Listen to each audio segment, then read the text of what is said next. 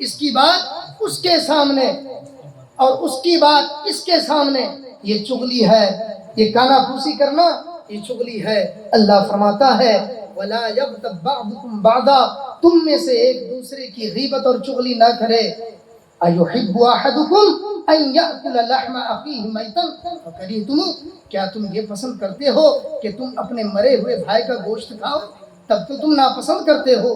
تو چغلی کرنا، غیبت کرنا اپنے مرے ہوئے بھائی کا گوشت کھانے کی طرح ہے۔ رب فرماتا ہے جس طریقے سے تم اپنے مرے ہوئے بھائی کا گوشت کھانا ناپسند کرتے ہو، اسی طریقے سے تم غیبت کو بھی ناپسند کرو، چغلی کو بھی ناپسند کرو۔ اللہ کے واسطے کوئی بھی ایسی بات جس کے بیان کرنے سے، ظاہر کرنے سے، دوسرے کے سامنے بولنے سے تکلیف ہوگی، ٹھیس پہنچے گی، ہرگز ایسی بات کسی اور کے سامنے نہ بیان کرو۔ وَلَا يَغْتَبْ بَعْضُكُمْ بَعْضًا، یہ میں آمد رسول کا پیغام بتا رہا ہوں۔ آمد رسول کے حوالے سے دو تقریریں ہو چکی ہیں، میں پیغام جو اصل مغز ہے وہ مغز میں بیان کر رہا ہوں۔ أَيُحِبُّ أَحَدُكُمْ أَن يَأْكُلَ لَحْمَ أَخِيهِ مَيْتًا فَكَرِهْتُمُوهُ، کیا تم میں سے کوئی اپنے مردار بھائی کا گوشت کھانا پسند کرے گا؟ تب تو تم ناپسند کرتے ہو۔ وَاتَّقُوا اللَّهَ، اللہ سے ڈرو، اللہ سے ڈرو۔ ان اللہ تواب الرحیم، بے شک اللہ توبہ قبول کرنے والا مہربان ہے۔ یہ جو آج مختلف گاؤں میں لوگ آباد ہیں، مختلف محلوں میں لوگ آباد ہیں، مختلف کنبوں میں لوگ آباد ہیں، یہ مختلف کنبے، مختلف محلے، مختلف گاؤں میں اللہ نے انسانوں کو کیوں بسایا؟ رب آگے فرماتا ہے یا ایھا الناس انا خلقناکم من ذکر و انثی، اے لوگو ہم نے تمہیں ایک مرد اور ایک عورت سے پیدا کیا، ہم نے تمہیں ایک مرد اور ایک عورت سے پیدا کیا۔ وَجَعَلْنَاكُمْ شُعُوبًا وَقَبَائِلَ، اور تمہارے لیے ہم نے مختلف گاؤں اور مختلف محلے بنائے۔ کیوں؟ جھگڑا کرنے کے لیے؟ کیوں؟ لڑائیاں کرنے کے لیے؟ کیوں؟ آپس میں دشمنیاں مول لینے کے لیے نہیں، لِتَعَارَفُوا، تاکہ تم ایک دوسرے کو پہچانو، ایک دوسرے سے رشتہ داریاں قائم کرو، ایک دوسرے سے محبت کرو۔ ایک انسان جب بہت قریب ہوتا ہے تو آہستہ آہستہ اس کی صحبت کی لذت ختم ہو جاتی ہے، وہی انسان جب دور چلا جاتا ہے اور کچھ دنوں کے بعد آتا ہے تو محبت کا الگ ہی لطف نظر آتا ہے۔ اسی لیے سرکار نے فرمایا ذُرْغِبًا، کہ اپنے رشتہ داروں سے ملو مگر ناغہ دے کر ملو، وقفہ کر کے ملو، فاصلہ کر کے ملو، ہر دن نہ ملو۔ جامعہ اشرفیہ میں ہم لوگ پڑھتے تھے تو ایک ہمارے ساتھی نے اپنے دروازے پر لکھ رکھا تھا، چونکہ جب بہت سارے ہاسٹل میں بچے ہوتے ہیں تو دوسرے روم کے بچے دوسرے روم میں بارہا جاتے ہیں، ڈسٹرب کرتے ہیں، تو اس نے لکھ رکھا تھا گاہے گاہے کی ملاقات ہی اچھی ہے امیر، قدر کھو دیتا ہے ہر روز کا آنا جانا ہے۔ گاہے گاہے کی، کبھی کبھی کی ملاقات ہی اچھی ہے، قدر کھو دیتا ہے ہر روز کا آنا جانا۔ تو پروردگار عالم کا منشا کیا ہے؟ مختلف گاؤں میں پھیلا دیا، مختلف محلوں میں بانٹ دیا، مختلف کنبوں میں پھیلا دیا۔ کیوں؟ لِتَعَارَفُوا، تاکہ تم ایک دوسرے کو پہچانو۔ نعرہ تکبیر، نعرہ رسالت، خطیب بنگال حضرت مولانا عالم رضا چترویدی صاحب قبلہ، جشن آمد مصطفیٰ 1500 سالہ میلاد النبی، سرکار کی آمد، دلدار کی آمد، مکی کی آمد، مدنی کی آمد، یاسین کی آمد، طٰہٰ کی آمد، نعرہ تکبیر، نعرہ رسالت۔ یا رسول اللہ، یا ایھا الناس انا خلقناکم من ذکر و انثی وجعلناکم شعوبا وقبائل، تمہیں مختلف قبیلوں اور مختلف محلوں میں بانٹ دیا، لتعارفوا، تاکہ تم پہچانو، ایک دوسرے سے محبت قائم کرو۔ ان اکرمکم عند اللہ اتقاکم، یاد رکھو کہ اللہ کے نزدیک تم میں عزت والا وہ ہے جو زیادہ پرہیزگار ہے۔ بہت سارے شیخ لوگ شیخی بگھارتے ہیں، خال لوگ اپنے خانیت دکھاتے ہیں نا۔ ایک غیر مسلم قبلہ کی طرف منہ کر کے جو ہے فراغت حاصل کر رہا تھا، ایک خان صاحب کا گزر ہوا کہ نادان میرے قبلہ کی طرف منہ کر کے تو استنجا کرتا ہے. وہ اٹھ کر کھڑا ہو گیا ڈر کے مارے. اب ایک دن خان صاحب خود قبلہ کی طرف منہ کر کے جو ہے استنجا کرنے لگے. اب اس شخص کا گزر ہوا. اس نے کہا خان صاحب آپ تو اس دن ہم کو بڑا اپنا تاؤ دکھا رہے تھے, آج کیا ہوا؟ آج آپ خود قبلہ کی جانب منہ کر کے ہیں. تو خان صاحب کیا کہتے ہیں, میرا قبلہ ہے. یہی تو ہوتا ہے نا. ان اکرمکم عند اللہ اتقاکم. کوئی خان اور پٹھان اور شیخ ہونے کی وجہ سے اللہ کے نزدیک معزز اور مکرم نہیں ہے. ان اکرمکم عند اللہ اتقاکم. تم میں سب سے زیادہ اللہ کے نزدیک اگر کوئی عزت والا ہے تو وہ ہے جو تم میں زیادہ پرہیزگار ہے, تم میں زیادہ تقوی والا ہے, تم میں زیادہ پارسائی والا ہے, تم میں زیادہ نمازی ہے, تم میں زیادہ روزے دار ہے, تم میں زیادہ شریعت مطہرہ پر چلنے والا ہے, وہ سب سے زیادہ اللہ کے نزدیک معزز ہے. کوئی بھی شخص اپنے خاندان, اپنے نسب کی وجہ سے, اپنے عہدے کی وجہ سے کوئی بھی شخص معزز نہیں ہو سکتا. وہ کالا ہو یا گورا ہو, امیر ہو یا غریب ہو, عربی ہو یا عجمی ہو, اللہ کے نزدیک کسی کے لیے کسی بھی وجہ سے کوئی فضیلت نہیں ہے. اگر کسی کو کوئی فضیلت اللہ کے نزدیک ہے تو اس کے تقوی کی بنیاد پر ہے, اس کی پرہیزگاری کی بنیاد پر ہے, اس کی پارسائی کی بنیاد پر. ان اکرمکم عند اللہ اتقاکم ان اللہ علیم خبیر. بے شک اللہ علم والا, خبر رکھنے والا ہے. تو آج کا یہی پیغام ہے کہ اے مومنو, آمد مصطفیٰ صلی اللہ علیہ وسلم کیوں ہوئی ہے اس پر ذرا غور کرو, اور ہمیں کس اعتبار سے رہنا ہے وہ بھی دور حاضر کی نزاکت کو دیکھو. آج پوری دنیا کفر متحد ہو کر ہمارے خلاف بغاوت کر رہی ہے. آج فلسطین کی سرزمین ہو یا میانمار کا ہو یا خود ہمارا ملک ہو, آئے دن ہم پر حملے ہو رہے ہیں, ظلم و ستم کے پہاڑ ڈھائے جا رہے ہیں. ایسے وقت میں اختلاف اور انتشار کا بازار گرم کرنا یقیناً نادانی اور جہالت سے کم نہیں ہے. ایسے وقت میں چاہیے کہ ہم اتحاد کریں, اتفاق کریں, محبت قائم کریں, آپس میں ایک جٹ ہو کر رہیں, یکتائی کے ساتھ ہم رہیں, اور ایک ساتھ ہم مل جل کر یہ پوری دنیا میں اعلان کریں کہ اسلام تھا, اسلام ہے, اسلام رہے گا. قرآن تھا, قرآن ہے, قرآن رہے گا. اسلام کی عظمت پہ حسین علی کا احسان تھا, احسان ہے, احسان رہے گا. وما علینا الا